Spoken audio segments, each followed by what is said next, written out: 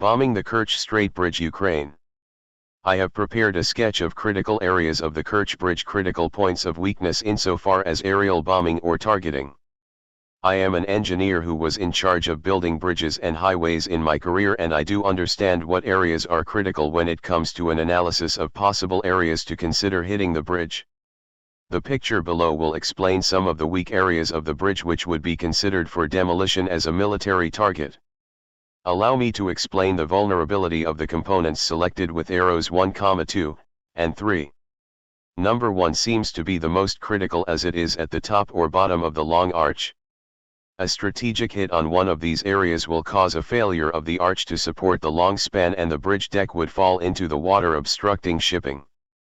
This option appears possibly to be the most difficult to achieve from a military weapons standpoint. It is also the most difficult to repair damages. This is why it would be a desirable target. Target number 2 would the main supports at the end of the bridge, either end.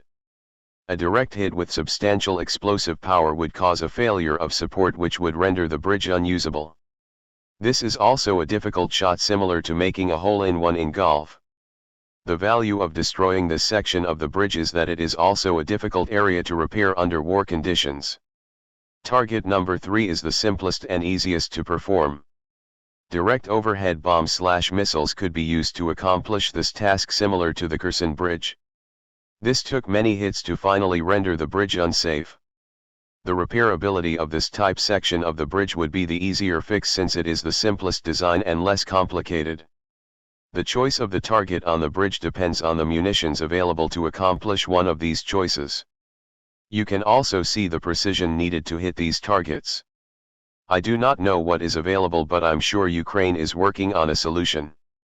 I hope this helps with knowing what is involved in targeting the Kerch Bridge. May it fall into the deep as soon as possible. Slava Ukraine.